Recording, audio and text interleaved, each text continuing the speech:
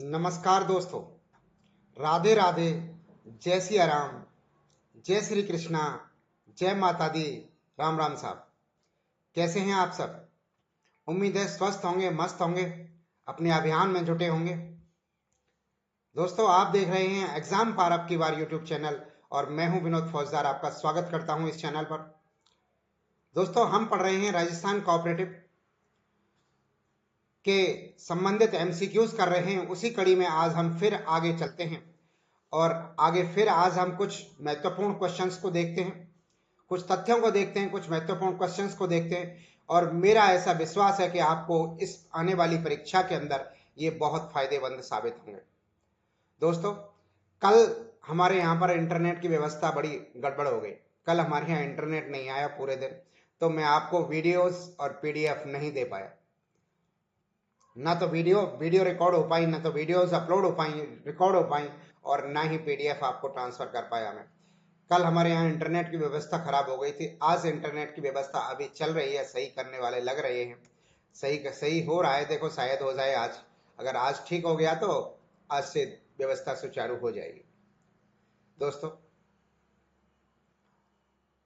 हम राजस्थान कोऑपरेटिव के एमसीक्यूज कर रहे थे, तो उसी एमसीक्यूज की सीरीज में आज फिर हम आगे बढ़ते हैं और आइए देखते हैं। आज society Rajasthan cooperative society act 2001 के अंतर्गत अध्याय 4, नाम है निर्वाचन और इलेक्शन जिसे कहते हैं। इसके अंतर्गत देखते हैं आज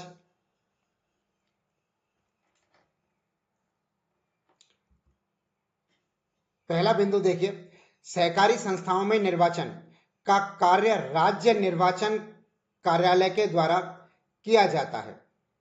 यानी कि सहकारी संस्थाओं का जो निर्वाचन का कार्य है वो राज्य निर्वाचन आयोग के द्वारा किया जाता है। निर्वाचन की प्रक्रिया किसी स्थिति में एक बार शुरू के बाद रोकी नहीं जा सकती है, लेकिन किसी प्राकृतिक आपदा या कानून और व्यवस्था के भंग होने की स्थिति में चुनावों को स्थगित किया जा सकता है। आइए देखते हैं पहला क्वेश्चन। सहकारी सोसाइटी समितियों के सभी निर्वाचन के लिए नामावली तैयार करने के अधिकार किसके पास होते हैं? तो ये अधिकार होते हैं दोस्तों राज्य निर्वाचन आयोग के पास। राज्य निर्वाचन आयोग के पास इस तरह का अधिकार होता है। अगला क्वेश्चन, राज्य निर्वाचन आयोग किनके लिए निर्वाचन का संचालन करता है? तो राज्य निर्वाचन आयोग भूमि विकास बैंक के लिए, डेयरी और सहकारी सोसाइटियों के लिए, और 5 लाख या उससे अधिक के शेयर पूंजी वालों के लिए। तो उपरोक्त सभी जो है इस क्वेश्चन का सही आंसर है, इन सभी के लिए करता है। अगला क्वेश्चन, धारा 33 में उल्लिखित सोसाइटी को छोड़कर अन्य सोसाइटी में निर्वाचन कब करवा सकते हैं? यानी कि धारा 33 में उल्लिखित सोसाइटियों को छोड़कर अन्य सोसाइटियों में निर्वाचन कब करवा सकते हैं? तो कोई सोसाइटी निर्वाचन का संचालन समय नहीं, कोई सोसाइटी निर्वाचन का संचालन समय पर नहीं करवा पाए या कोई सोसाइटी उससे अनुरोध करे, तो दोनों ही केसेस में जो है सोसाइटियों में निर्वाचन करवाया जा सकता है।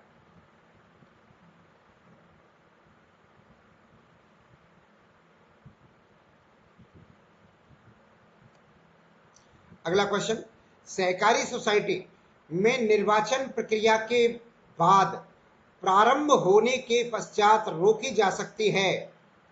तो प्राकृतिक आपदा आ जाए तब रोकी जा सकती है, या अन्य किसी कारण से या कानून व्यवस्था के भंग होने पर। तो 2 ऑप्शन है इसमें। प्राकृतिक व्यवस्था के समय पे चुनावी प्रक्रिया को रोका जा सकता है सहकारी सोसाइटी के अंदर, या फिर कानून व्यवस्था भंग हो जाए तो भी रोका जा सकता है। अतः इसका उत्तर हो जाएगा ऑप्शन नंबर 4, 1 व 3 दोनों।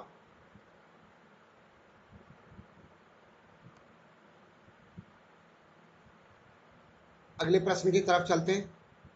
अगला चैप्टर है अध्याय 5, सहकारी सोसाइटियों के विशेषाधिकार। अब सहकारी सोसाइटियों के विशेषाधिकार से संबंधित कुछ क्वेश्चन एमसीक्यूज हैं, आइए देखते हैं। किसी सदस्य के द्वारा सहकारी सोसाइटी के लिए ऋण या बकाया मांग पर प्रथम भार होगा। तो दोस्तों ये होगा फसल पर, विनिमय के लिए, कच्ची सामग्री पर, या कृषि उपज पर, या उपरोक्त सभी पर। तो ये उपरोक्त सभी पर होगा। किसी सदस्य के द्वारा सहकारी सोसाइटी के लिए गए ऋण या बकाया मांग पर प्रथम भार होगा। तो विनिमय के लिए गई कच्ची सामग्री पर भी होगा, यानी कि उसके रॉ मटेरियल पर भी होगा, फसल पर भी होगा, और कृषि उपज पर भी होगा। इन सब पर उसका जो बकाया होगा, बकाया को चुकाने के लिए डिपेंडेंट होगा, यानी कि फसल से जो प्रोडक्शन होगा उसके थ्रू भी वसूली की जा सकती है, चुकाया जा सकता है। और विनिर्माण के लिए जो है कच्ची सामग्री जो ली गई है, रॉ मटेरियल, उसके थ्रू भी चुकाया जा सकता है। और कृषि की उपज पर से भी, ये सभी इसके कारक हो सकते हैं। किसी व्यक्ति के द्वारा ऐसी संपत्ति का जो कि सहकारी सोसाइटी के हक में उक्त भार है का बिना अनुमति के कारण माना जाएगा। तो दोस्तों ये माना जाएगा शून्य। अगर बिना अनुमति के कोई इस तरह का कोई वो होता है तो वो शून्य माना जाएगा।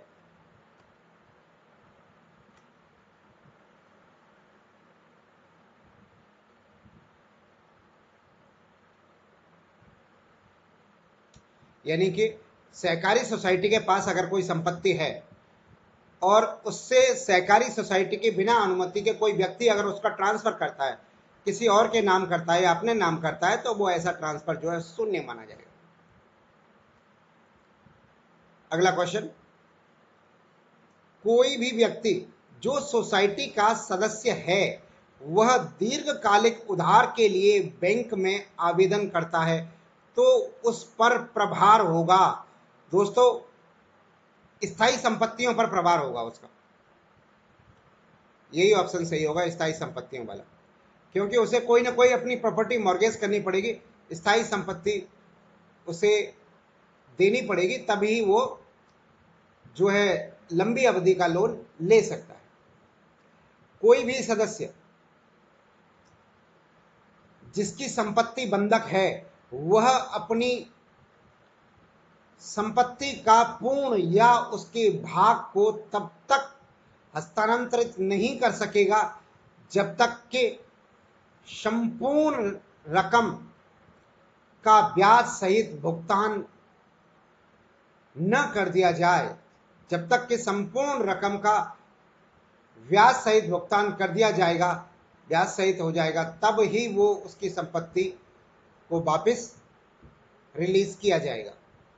यानी कि उसकी संपत्ति को रिलीज करने के लिए जो है पहले सारा पेमेंट जो है उसको चुकाना पड़ेगा, सारी ब्याज सारा पेमेंट उसे चुकाना होता है। अगला क्वेश्चन 5 नंबर का, कृषि पर किसी व्यक्ति द्वारा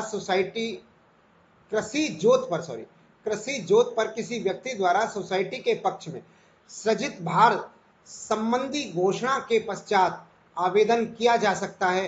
तो वो आवेदन किया जा सकता है तहसील में, पटवारी के यहाँ और गिरदावल के यहाँ, यानी कि भू अभिलेख निरीक्षण गिरदावल जिसे कहते हैं, सब जगह किया जा सकता है। तो उपरोक्त सभी इसका सही उत्तर होगा। इस क्वेश्चन में कृषि जोत को जो है कोई व्यक्ति अगर सोसाइटी के पक्ष में ट्रांसफर करना चाहता है, यानी कि अपने खेत को कोई व्यक्ति अगर सोसाइटी को देना चाहता है तो उसको ट्रांसफर करने के लिए जो है पटवारी, गिरदावल या तहसीलदार किसी को भी वो चीज दी जा सकती है कि सब इसका ट्रांसफर जो है सोसाइटी के नाम किया जाए, उसका आवेदन दिया जा सकता है। अगला क्वेश्चन, राजस्थान भू राजस्व अधिनियम कौन सा है? तो राजस्थान में भू राजस्व अधिनियम जो है वो 1956 है। राजस्थान के अंदर भू राजस्व अधिनियम 1956 लागू है। अगला प्रश्न अगले अध्याय से, सहकारी सोसाइटियों का राज्य सहायता, सहकारी सोसाइटियों को राज्य से क्या सहायता मिल सकती है, सहकार किस तरह से मिल सकती है, इसमें से कुछ क्वेश्चंस हैं। आइए देखते हैं। पहला क्वेश्चन, संयुक्त कृषि सोसाइटी में भूमि के संबंध में किया जाने वाला करार कब मान्य होगा? तो भूमि के संबंध में जो करार है वो जब मान्य होगा जब सब रजिस्ट्रार के यहाँ जाकर उसकी रजिस्ट्री करा दी जाएगी। यानी सब रजिस्ट्रार के यहाँ पे रजिस्ट्री करवाने के बाद वो भूमि का करार मान्य होगा। यदि किसी करार के तहत नियोजन सदस्य के वेतन में से बकाया राशि की कटौती करता है तो कितने दिनों के भीतर सोसाइटी को देगा? तो दोस्तों वो 14 दिन के भीतर सोसाइटी को जमा कराएगा। अगर सोसाइटी का कोई मेंबर है, सोसाइटी के अंदर कोई कर्मचारी है, उस कर्मचारी के वेतन से अगर कटौती की जाती है तो उस कटौती को सोसाइटी में 14 दिन के अंदर जमा कराना होगा। अगला क्वेश्चन, धारा 11 की बातें भारत के संविधान के अनुच्छेद 366 में परिभाषित किन क्षेत्रों में नियोजित व्यक्तियों पर लागू नहीं होंगी? तो दोस्तों ये रेल, तेल और खान मंत्रालय में कार्य करने वाले व्यक्तियों पर ये बातें जो हैं लागू नहीं होंगी। रेल, तेल और खान। अगला क्वेश्चन, सहकारी सोसाइटी के द्वारा अपनी बकाया मांग या लोन की पूर्ति के लिए अपलिखित किया जा सकता है। तो दोस्तों ये किया जा सकता है लाभांश और लाभ को, हित और निक्षेप को, और बोनस और अंश को, यानी कि उपरोक्त सभी को। सहकारी सोसाइटी के द्वारा अपनी बकाया मांग या लोन की पूर्ति के लिए इन जो नीचे दी हुई ये चीजें हैं इनको भी जो है अपलिखित किया जा सकता है, इनको भी अपने कब्जे में ले सकती है सहकारी सोसाइटी अपनी ऋण की वसूली के लिए। इनके थ्रू भी अपना जो है बकाया की पूर्ति की जा सकती है। अगला क्वेश्चन, सरकार राजपत्र में अधिसूचना द्वारा स्टाम्प शुल्क में छूट दे सकती है, लेकिन छूट दे सकती है पर किसमें नहीं दे सकती? राजपत्र के अंदर छूट तो दे सकती है स्टाम्प ड्यूटी में, लेकिन किस किस चीज पर छूट नहीं दे सकती? तो बीमा पॉलिसी और ऋण पत्रों पर छूट नहीं दे सकती, चेक व उधार पत्रों पर छूट नहीं दे सकती, विनिमय पत्र और बचत पत्रों पर भी छूट नहीं दे सकती। उपरोक्त सभी इसका सही उत्तर हो जाएगा। अगला क्वेश्चन,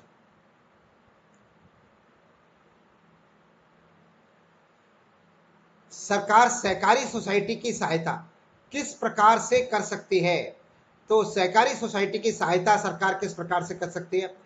ऋण पत्रों के मूलधन की राशि या ब्याज की गारंटी देकर, सहकारी सोसाइटी को उधार या अग्रिम देकर, और प्रत्यक्ष रूप से सहकारी सोसाइटी की पूंजी अभिदत्त करके जो है सरकार जो है सहकारी सोसाइटी की मदद कर सकती है। तो इसका उत्तर हो जाएगा उपरोक्त सभी। उपरोक्त सभी इसका सही आंसर हो जाएगा। अगले प्रश्न की तरफ चलते हैं।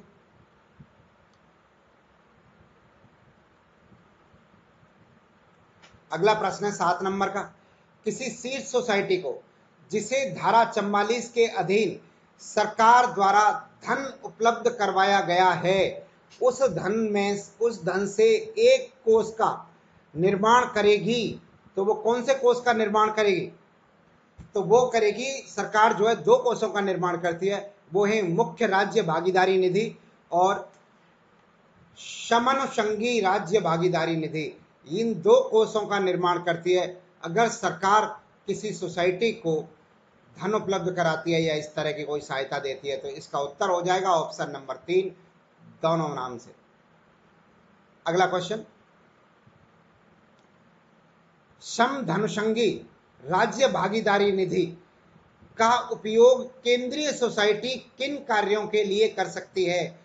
तो केंद्रीय सोसाइटी जो है प्राथमिक सोसाइटी के शेयर खरीदने में भी कर सकती है, या शीर्ष सोसाइटियों को भुगतान करने में, या उनके ऋण का या उधार का चुकता करने में भी कर सकती है। इसका उत्तर हो जाएगा ऑप्शन नंबर 3, उपरोक्त दोनों। अगले प्रश्न की तरफ चलते हैं। 9वां प्रश्न, केंद्रीय सोसाइटी के समापन की दशा में उसके कोष में जमा धन कहां जमा किया जाएगा? तो दोस्तों ये जमा किया जाएगा सरकार के खाते में, मुख्य राज्य भागीदारी निधि में, या समनुषंगी राज्य भागीदारी निधि में, या उपरोक्त सभी में। तो ये उपरोक्त सभी में जो है जमा किया जा सकता है। अगला प्रश्न 10 नंबर का, सहकारी सोसाइटी जिसमें शेयर मुख्य राज्य भागीदारी निधि से खरीदे गए थे उसका विघटन होता है, तो ऐसी सोसाइटी पर शेयर के कारण हुई हानि के विरुद्ध सरकार का दावा होगा या नहीं होगा? कोई दावा नहीं होगा, सरकार कोई दावा नहीं करेगी उसके विरुद्ध जो।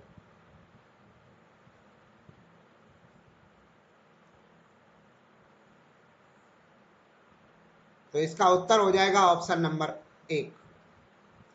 अगला क्वेश्चन,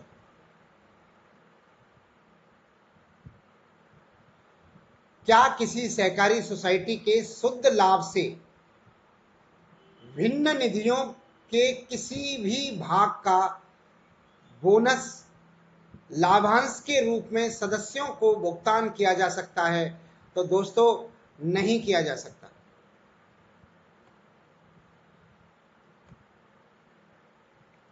अगर ये भिन्न शब्द आ जाए कि साहब भिन्न लाभांश ट्रांसफर किया जा सकता है या नहीं किया जा सकता, तो आप ध्यान रखें ये नहीं किया जा सकता। इसमें जो सोसाइटी के शुद्ध लाभ से भिन्न, सोसाइटी का जो लाभ कमाती है उसके अलावा अगर और किसी निधियों से उसे प्राप्ति होती है तो उसका भुगतान जो है, लाभांश या बोनस जो है, सदस्यों में भुगतान नहीं किया जाता है।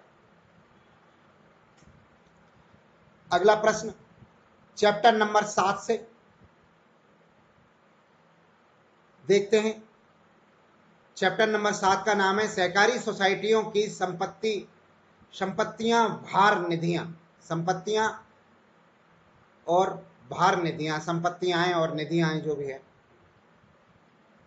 सहकारी सोसाइटी सदस्य से भिन्न किसी व्यक्ति को कोई उधार नहीं देगी। सहकारी सोसाइटी जो है अपने सदस्यों को ही उधार देती है, इसके अलावा किसी अन्य व्यक्ति को उधार नहीं देती है। तो आइए देखते हैं ऑप्शन नंबर 1, सहकारी सोसाइटी किसी वर्ष में अपने शुद्ध लाभों में से कितने प्रतिशत निश्चित अवधि के भीतर आरक्षित निधियों में अंतरित करेगी? तो दोस्तों ये करेगी जो है 25 निधियों के अंदर।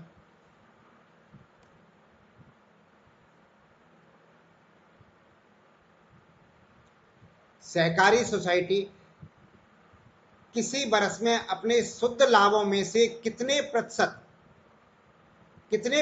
निश्चित अवधि के भीतर आरक्षित निधियों में अंतरित करेगी? तो ये 25% है, 25 निधि नहीं, 25% जो है, 25% शुद्ध लाभ को जो है किसी भी निधि में जो है ट्रांसफर कर सकती है।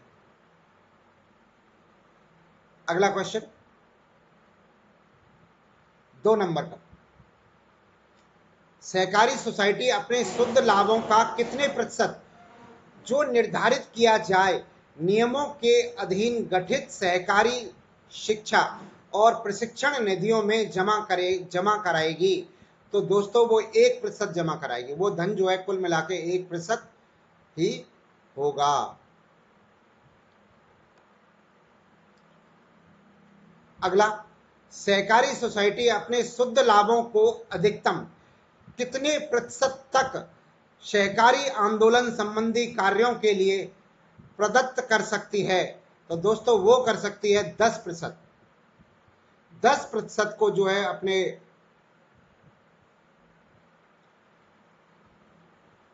10% शुद्ध लाभों को जो है सरकारी या सहकारी आंदोलनों में जो है व्यय कर सकती है।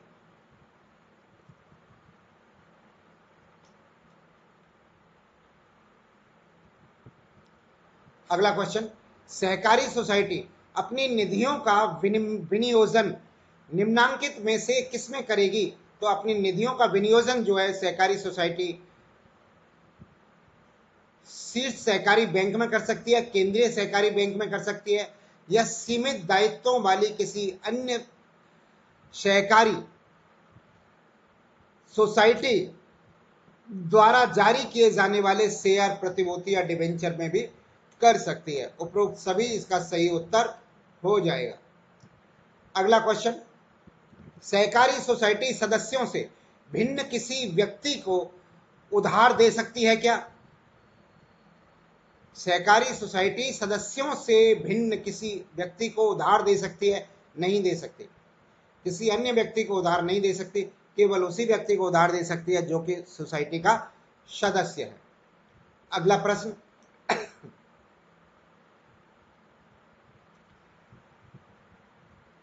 कमजोर वर्ग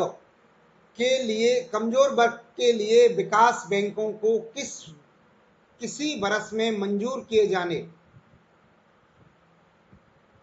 वाले उधार की कुल रकम का कम से कम कितना प्रतिशत देना होगा? तो कम से कम 25% देना होगा। यानी कि कमजोर वर्ग के लिए विकास बैंकों को किसी वर्ष में मंजूर किए जाने वाले उधार की कुल रकम का कम से कम 25% देना होता है। अगला क्वेश्चन, किसी प्राथमिक ग्राम सेवा सोसाइटी या कृषक सेवा सोसाइटी द्वारा किसी वर्ष में मंजूर किए जाने वाले उधार की कुल रकम का कम से कम कितना भाग कमजोर वर्ग के लिए होगा? तो दोस्तों ये होगा कम से कम 1/3 भाग जो है कमजोर वर्ग के लिए होगा। अगला प्रश्न, किसी वित्तीय बैंक द्वारा उधार देने की नीति किसके द्वारा अनुमोदित की जाएगी? तो ये की जाएगी सरकार के द्वारा।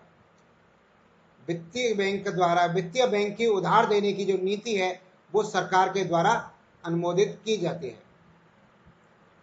अगला क्वेश्चन, सहकारी सोसाइटी के द्वारा अपने कर्मचारियों के फायदे के लिए स्थापित निधि के संबंध में कौन सी बात सत्य है? तो देखते हैं, आइए कौन सी बात इसकी सत्य है। पहला कथन है, सोसाइटी के कारोबार में उपयोग नहीं किया जा सकता है। तो बिल्कुल जी, सोसाइटी के कारोबार में इसका उपयोग नहीं किया जा सकता है। दूसरा पॉइंट पढ़ते हैं अपन। तो दूसरा है, सोसाइटी की संपत्तियों का भाग नहीं होगा। हाँ जी, बिल्कुल नहीं होगा।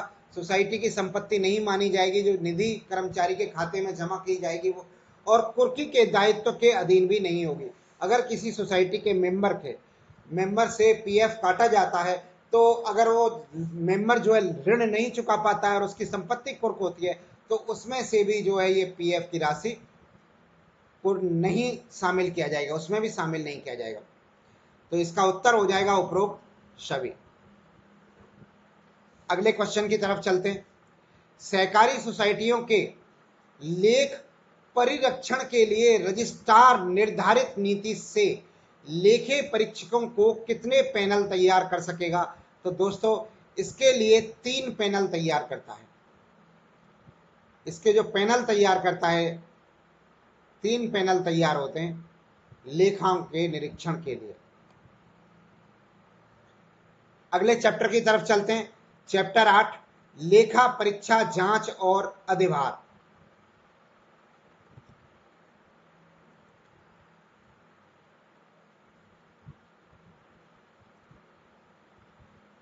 पहला बिंदु देखिए इसमें, चार्टर अकाउंटेंट अधिनियम कौन सा था? तो चार्टर्ड अकाउंटेंट अधिनियम जो है 1949 था, यानी कि सीए जिसे कहते हैं चार्टर्ड अकाउंटेंट अधिनियम 1949 का था। रजिस्ट्रार नियुक्त लेखा परीक्षक से सोसाइटी का लेखा परीक्षण करवाएगी, परंतु लेखा परीक्षक 2 वर्ष से अधिक लेखा परीक्षण नहीं करेगा।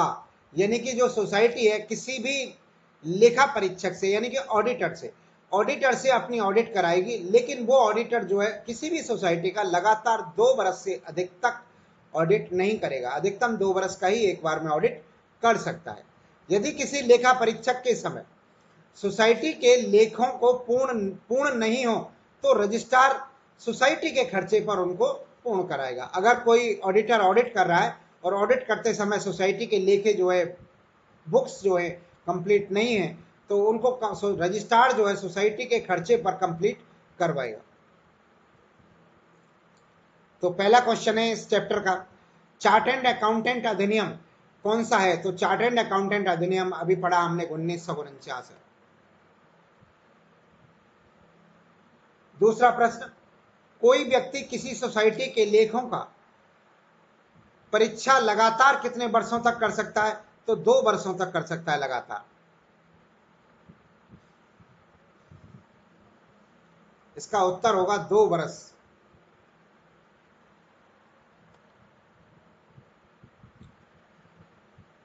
तीसरा प्रश्न,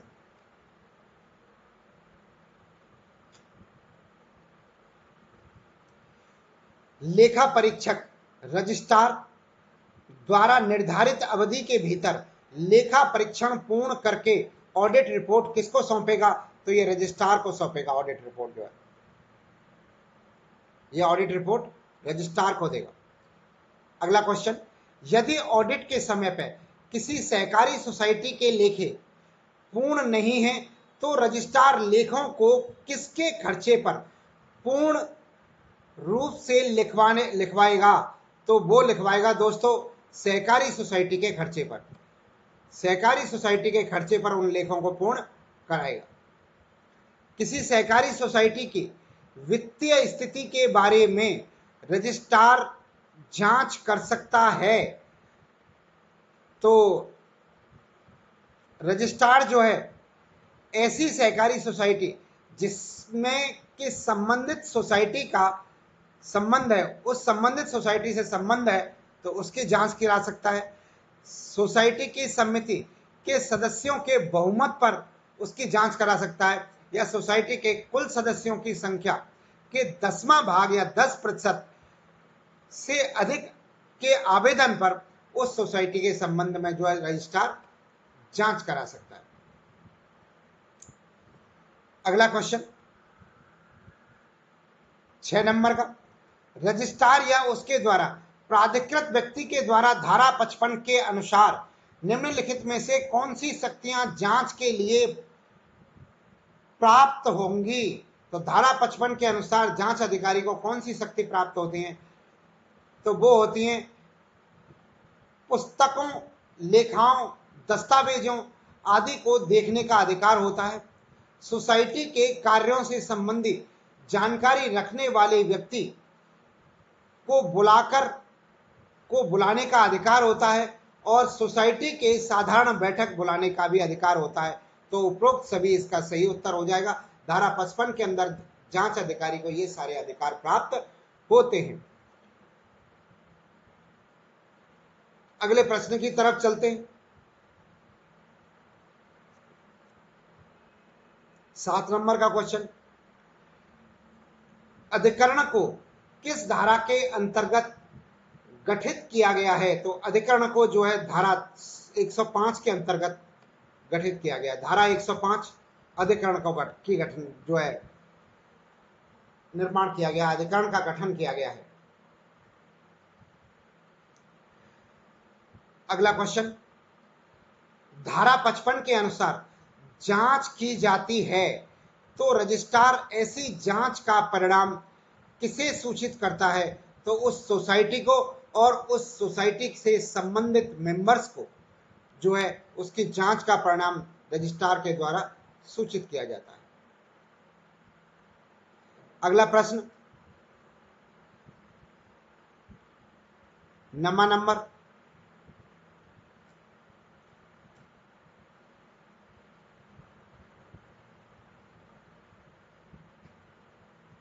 हाँ जी, किसी वित्तीय बैंक जिसने सहकारी सोसाइटी को ऋण दिया है उसे उसकी पुस्तकों के निरीक्षण का अधिकार प्राप्त होता है। हाँ जी, बिल्कुल होता है। अगर कोई वित्तीय बैंक या सरकारी बैंक किसी को सोसाइटी को ऋण देती है तो बैंक जो है उसकी पुस्तकों का निरीक्षण कर सकती है। धारा 57 के तहत यदि किसी सोसाइटी में अधिकारी के खिलाफ जांच की जाती है तो वह जांच उस व्यक्ति द्वारा नहीं की जाएगी जिसने उस मामले से पूर्व कौन सी रिपोर्ट प्रस्तुत की है। तो दोस्तों वो है ऑडिट रिपोर्ट, निरीक्षण रिपोर्ट या समापन रिपोर्ट प्रस्तुत करने वाला व्यक्ति उसकी जांच नहीं कर सकता है। इसकी रिपोर्ट उत्तर हो जाएगा ऑप्शन नंबर 4।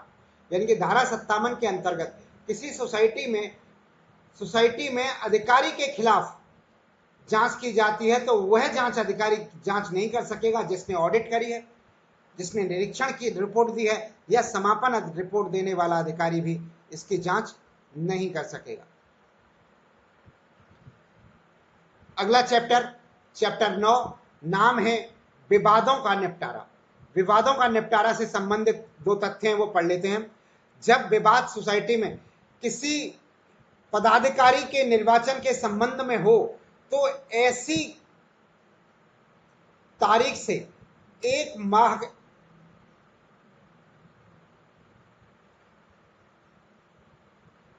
जब विवाद किसी सोसाइटी के पदाधिकारी के निर्वाचन के संबंध में हो तो ऐसी तारीख से 1 माह की होगी, ऐसी तारीख से 1 माह की होगी।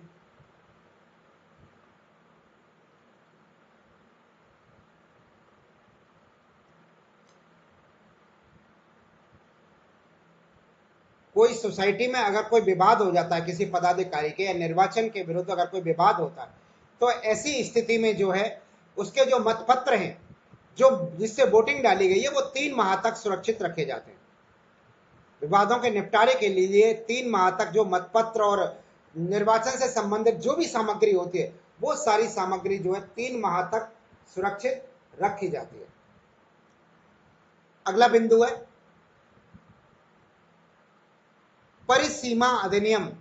कौन सा है? तो परिसीमा अधिनियम 1963 है। आइए इसके एमसीक्यूज देख लेते हैं। पहला क्वेश्चन, विवादों के निपटारे में एक अलग कौन सा है? विवादों के निपटारे में एक अलग कौन सा है? तो विवादों के निपटारे में अलग जो है वो है सोसाइटी और किसी अन्य सोसाइटी के बीच का विवाद, सदस्यों एवं भूतपूर्व सदस्यों तथा मृत सदस्यों के मार्फत दावा करने के बीच का विवाद, या सोसाइटी या समिति के भूतपूर्व सदस्य और आरबीआई। ये आरबीआई शब्द आते ही इसमें अलग हो जाता है। आरबीआई का नाम आते ही वित्तीय मामला आ जाता है और वित्तीय मामले का निपटारा जो है ये सोसाइटी के निपटारों से अलग है, सोसाइटी के विवादों से अलग हो जाता है, सोसाइटी के कार्य क्षेत्र से अलग हो जाता है। तो ऑप्शन नंबर 3 इसका उत्तर हो जाएगा। परिसीमा अधिनियम कौन सा है? तो परिसीमा अधिनियम 1963 है। परिसीमा अधिनियम 1963 है। विवादों का निपटारा कौन सी धारा के अंतर्गत किया जाता है? तो विवादों का निपटारा जो है धारा 58 के अंतर्गत किया जाता है। धारा 58 के अंतर्गत विवादों का निपटारा किया जाता है। अगला क्वेश्चन, विवादों के निपटारे के लिए किसकी नियुक्ति की जा सकती है? तो विवादों के निपटारे के लिए एक प्रशासक की नियुक्ति की जाती है।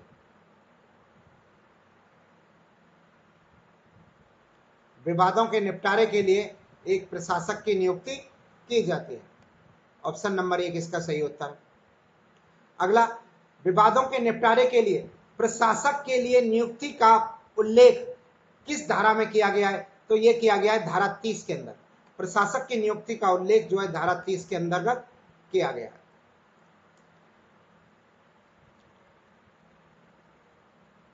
अगला प्रश्न 6 नंबर का, जब विवाद सोसाइटी के किसी पदाधिकारी के निर्वाचन के संबंध में हो तो निर्वाचन का परिणाम घोषित किया जाएगा। तो निर्वाचन का परिणाम जो है 1 माह के अंदर घोषित किया जाएगा।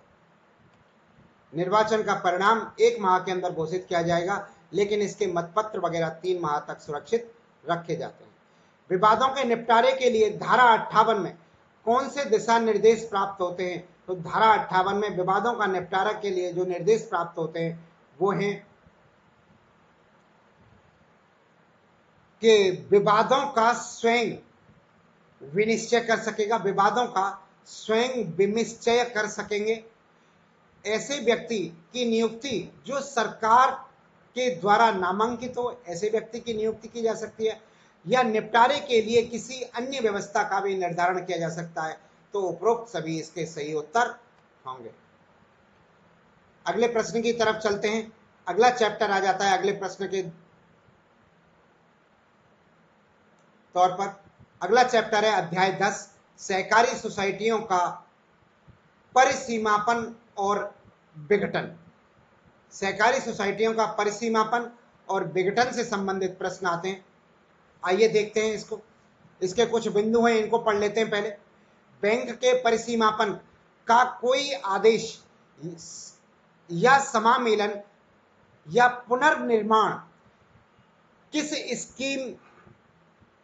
किसी स्कीम को मंजूर कोई आदेश केवल भारतीय रिजर्व बैंक की लिखित मंजूरी से किया जा सकता है। यानी कि कोई बैंक है, किसी बैंक का अगर 2 बैंक आपस में मिलती हैं, या एक बैंक में से टूट के 2 बैंक बनती हैं, या किसी बैंक का रीस्ट्रक्चर किया जाता है, पुनः निर्माण किया जाता है, तो इन सब के लिए केवल भारतीय रिजर्व बैंक यानी कि आरबीआई ही से लिखित मंजूरी मिलने के बाद ही ये चीज हो सकती है। इसमें सहकारी सोसाइटी का कोई योगदान नहीं होता है।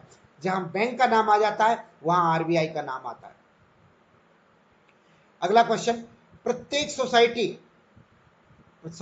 प्रत्येक गारंटी निगम अधिनियम, प्रत्यय गारंटी निगम अधिनियम कौन सा है? प्रत्यय गारंटी निगम अधिनियम तो 1961 है। सहकारी बैंक क्या होता है?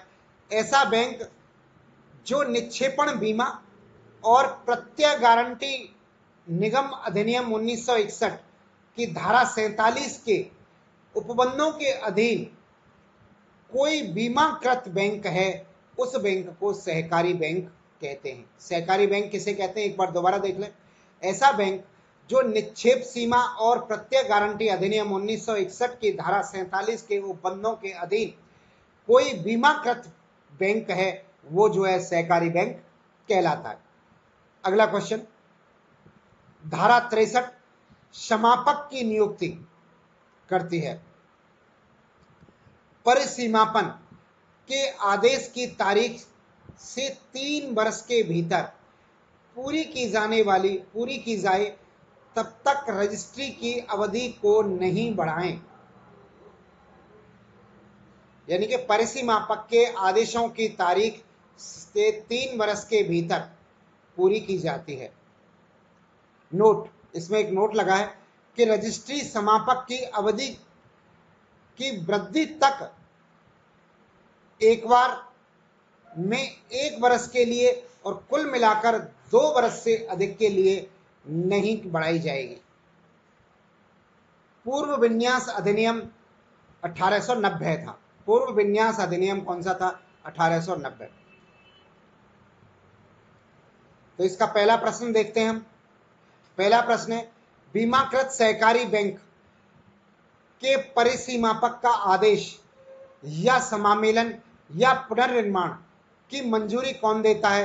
तो इसकी मंजूरी जो है आरबीआई प्रदान करता है।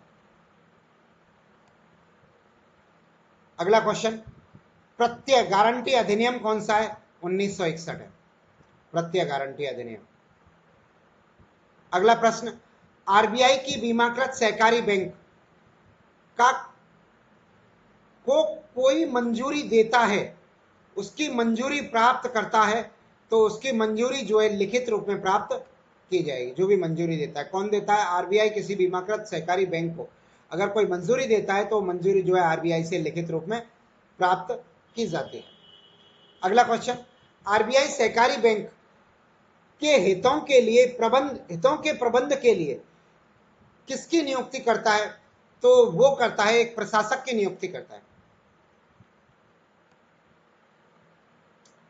अगला प्रश्न, आरबीआई द्वारा लिखित मंजूरी देने पर सहकारी बैंकों पर वाद दायर कर सकती है या नहीं कर सकती है?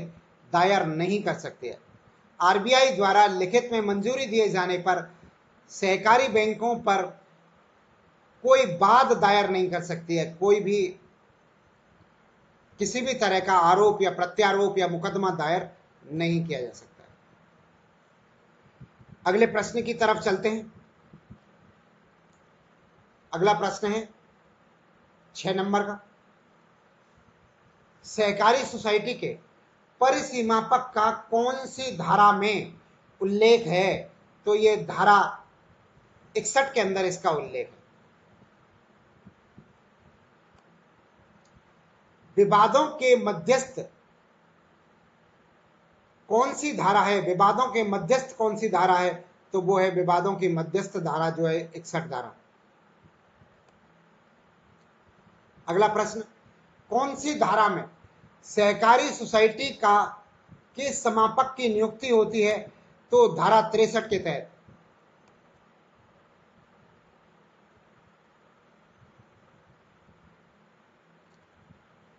नेक्स्ट क्वेश्चन, समापक की शक्ति किस धारा में निश्चित है? तो समापक की शक्ति जो है धारा 64 के अंदर है।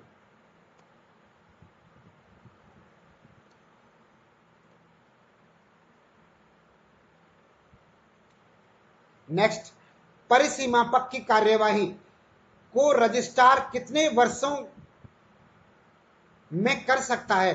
तो रजिस्ट्रार इसके लिए 2 वर्ष तक का समय ले सकता है।